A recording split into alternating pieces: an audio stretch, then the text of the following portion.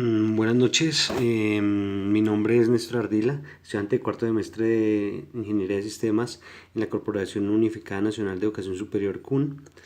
Este es el trabajo de la actividad en clase 3, donde el objetivo era realizar una conexión con una base de datos.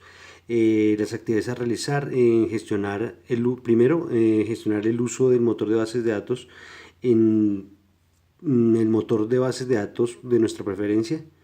La segunda es crear una tabla llamada persona y agregar las columnas más importantes para este tipo de tablas. La tercera actividad, crear una aplicación de Windows Form y realizar la conexión con la base de datos. Bueno, como primera medida yo instalé el SQL Server 2012, que lo tengo en esta carpeta, que fue donde lo descargué, y instalé la versión de 64 bits, que la tengo en esta parte. Aquí ya la tenemos lista. Se realizó la conexión. Acá digamos que el servidor es mi computador laptop IKOOJ1KQ, el usuario support. Y en esta en este motor de bases de datos, se creó como tal la base de datos práctica 3, que es la que estamos viendo. Y dentro de la práctica se creó una tabla. Dentro de la base de datos práctica 3 se creó una tabla llamada DBO persona, la podemos ver acá. Y dentro de ella se crearon las columnas necesarias, las que se solicitaban, como ID persona, creada como entero, nombre como nchar, apellido como nchar, dirección se creó como binario, teléfono como entero también, y ciudad como nchar. En la instalación de SQL pues no se me presentó ningún problema, pero sí, digamos, al otro día al intentar abrirlo salió un mensaje de error. Digamos que decía que tenía problemas con la conexión a red. Ese problema se solucionó simplemente activando o iniciando un servicio, el servicio SQL Server nativo, y ya con eso se solucionó el problema.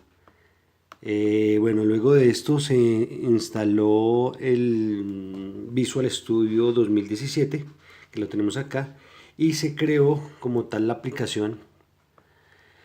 Una aplicación pues donde se insertaron 6 labels, 6 cuadros de texto o textbox y 3 botones: nuevo registro, guardar registro y último registro. Se realizó la conexión con la base de datos aquí en origen de datos. Aquí, como podemos ver, se creó la conexión práctica 3 dataset y nos trajo la tabla personas que fue creada en SQL, como les mostré hace un momento. Aquí los datos o los campos que se crearon, y esto los trae directamente de allá. Acá en esta parte podemos ver ya como tal digamos ya la conexión, o digamos el form, cómo se creó, ¿sí? Y a cada uno de los textbox pues, digamos que se conectó con la base de datos, eh, para que cuando se ingresen los datos, pues digamos al crearlos y al llamarlos, o al llamar un último registro, nos traiga todos los datos, vayan quedando, digamos, las personas que se van creando vayan quedando en nuestra base de datos de SQL.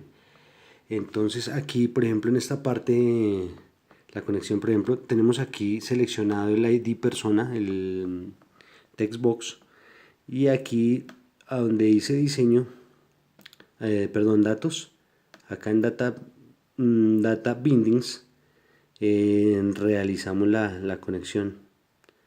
Por ejemplo, en este caso, práctica 3 dataset, persona ID, persona ID. ¿Sí? Lo mismo aquí en text. Esas conexiones las podemos ver acá ya como tal en el código, en las líneas de código, donde dice table mapping, punto column mapping. Entonces digamos como la conexión que se hizo. Así para todos los campos de texto, y se le colocó a cada uno pues su nombre. Por ejemplo aquí si vemos, si cambiamos de, de campo, podemos ver el nombre que se le colocó. Por ejemplo, txt id persona. En el segundo pues podemos ver acá txt nombre, en este txt apellido, y así con todos, ¿no?